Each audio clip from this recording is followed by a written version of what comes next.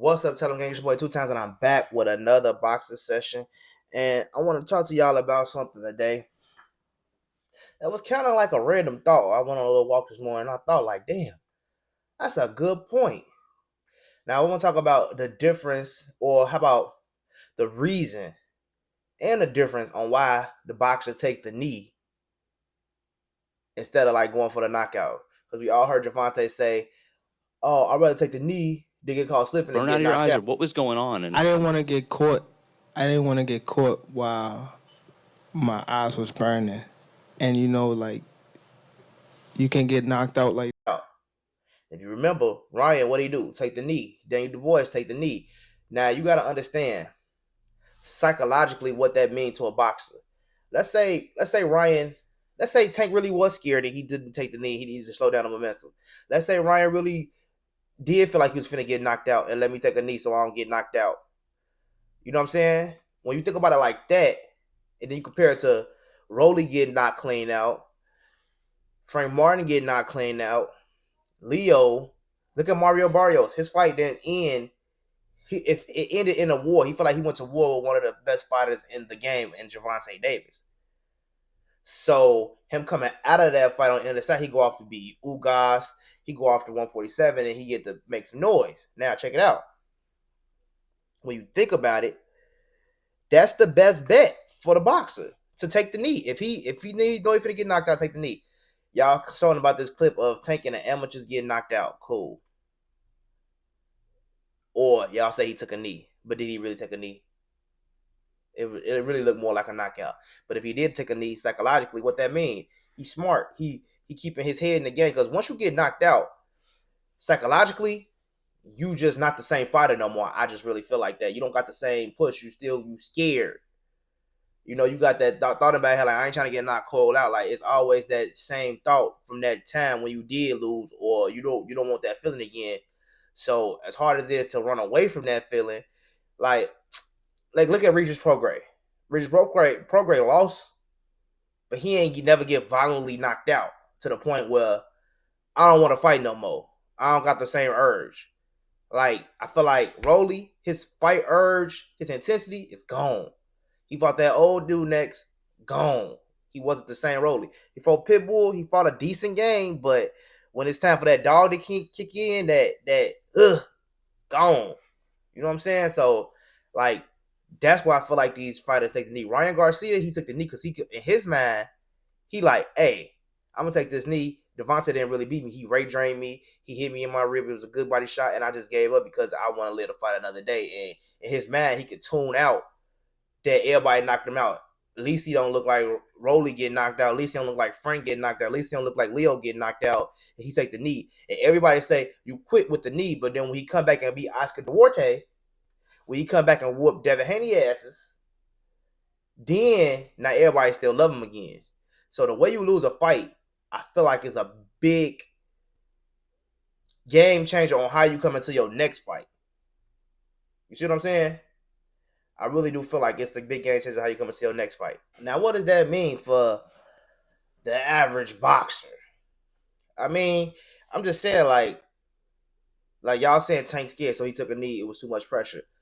But obviously it worked because it stopped him from getting knocked out. If that's your fucking, if that's what you want to run, that's the story you want to run with. It worked, right? He didn't get knocked out. He finished the fight, and he ended up getting a draw. It's better than him lose or getting embarrassed, because everybody say, hey, when Gervonta get under fire, he get nervous, and I don't know what the hell showbiz was talking about with that. When he took a knee in an amateur, which clearly looked like a knockdown, not a knockout. Sorry, I said that a little bit early, but a knock. You know what I'm saying? Like his legs just gave out. It looked like his leg buckled. He just fell. It is what it is. It happens. It's the amateurs. Nobody cares about the amateurs. Ask Julian Rodriguez how many amateurs fights did he get lost. Did he ever get dropped in the amateurs? Did he ever get dropped in the pro? Because he got an L too. I did some research on him, and it looked like this story is true. He got a podcast, and it looked like his story is true. You know what I'm saying? And it is what it is. It's the amateurs, but we're not the amateurs no more. And I feel like if this story is true, because you say it's true, we see the video, it looked like Tank. I can give it to you now, but it doesn't matter. You see what I'm saying? It doesn't matter. So I feel like it just don't matter. Like it's old news. You know what I'm saying? Like you bringing up amateur shit. I know y'all got into it. I went to go check him out on Insta, and I got caught up on him. I didn't really know too much about this kid. You know what I'm saying? He looked pretty solid. I mean, I don't know. I ain't never seen none of his work. I'm gonna go watch some of his fights to see if he really can thump. But because that was back then, it could be a whole different Tank now. And check this out, Tank. You should probably bring him into a camp. If y'all used to spar back in the day, used to keep you sharp, used to keep you on that, bring his ass back in the camp. Because I don't see like everybody be like, okay, you see like, okay, Tank is touchable. He can be knocked down. Yeah, he can be knocked out. He's a regular person. He's a regular fighter. He can be beat. He could be beat. That kid looked like about 15 to 20 pounds over Tank in that fight. And I'm pretty sure he was, because Tank even said it. He was 15 pounds over it. And I said that yesterday in my video. And then I go back and found out about this Julian Rodriguez. And Tank said, yeah, he was 15 pounds over me in that fight. He said he wasn't. Tank said he was. It don't really matter. But my whole point is he looking. He fight at 149. Next fight gonna be at 147.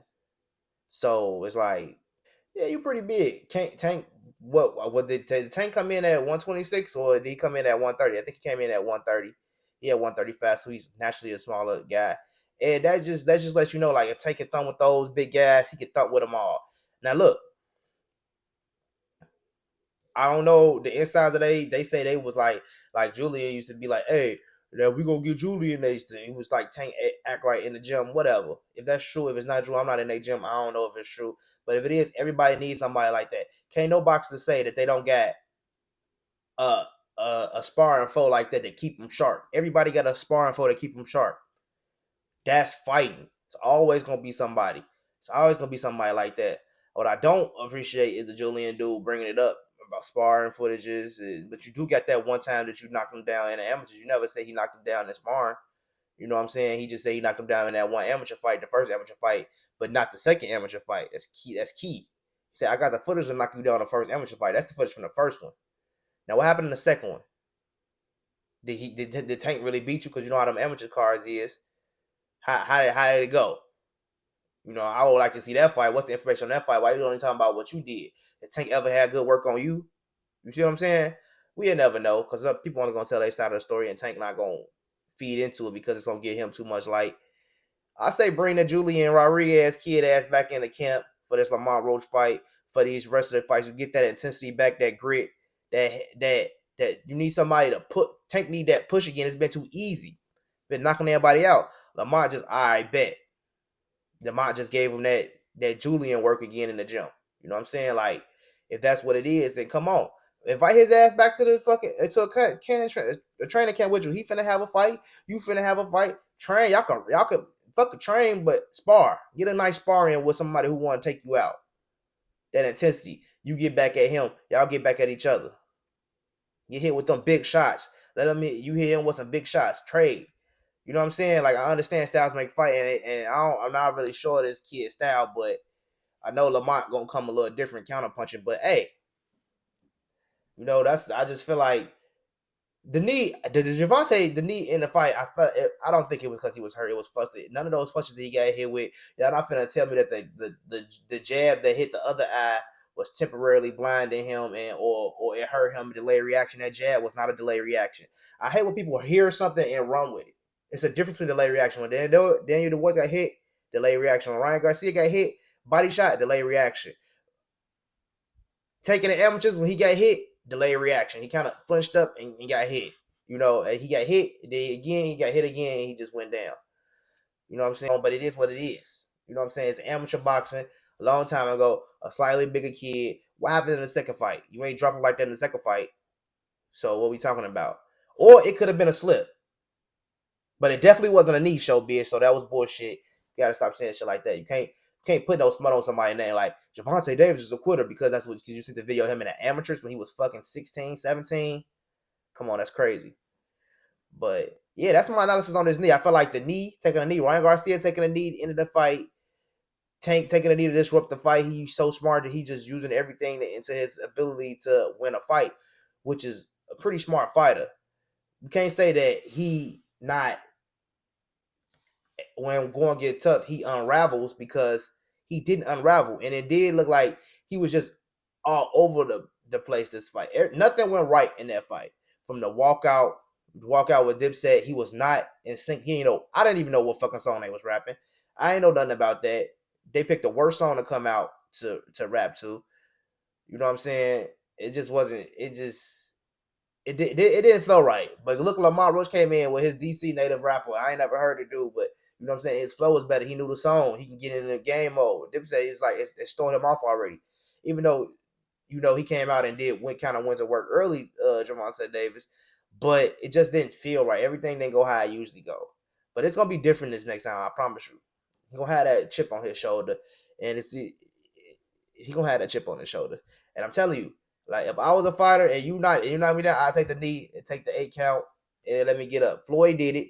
You take the knee, 8 count. It ain't the end of the world losing around. But like I said, if the referee had let Tank know that was a knockdown and he called it a knockdown, then guess what? The fight could have went different. Tank could have outboxed him for the next 3 rounds. He could have tried not to knock him out. He could have just outboxed him to make sure he win those next 3 rounds and get 9, 10 rounds, and he would have still won because at that point he was still up on the unofficial. So let's say he took a 10. If he take a 10-8 round, he would have still been up, I think, 1 point, or it would have been even, and he could have just outboxed him for the next 2 points. He could have won the next 3 rounds, or I think it would have been I think he would have actually been still up 1 point at a night if he had got a 10-8 round. See what I'm saying? So y'all wrong about your analysis. I think at that point, Lamont maybe only won 2 or 3 rounds.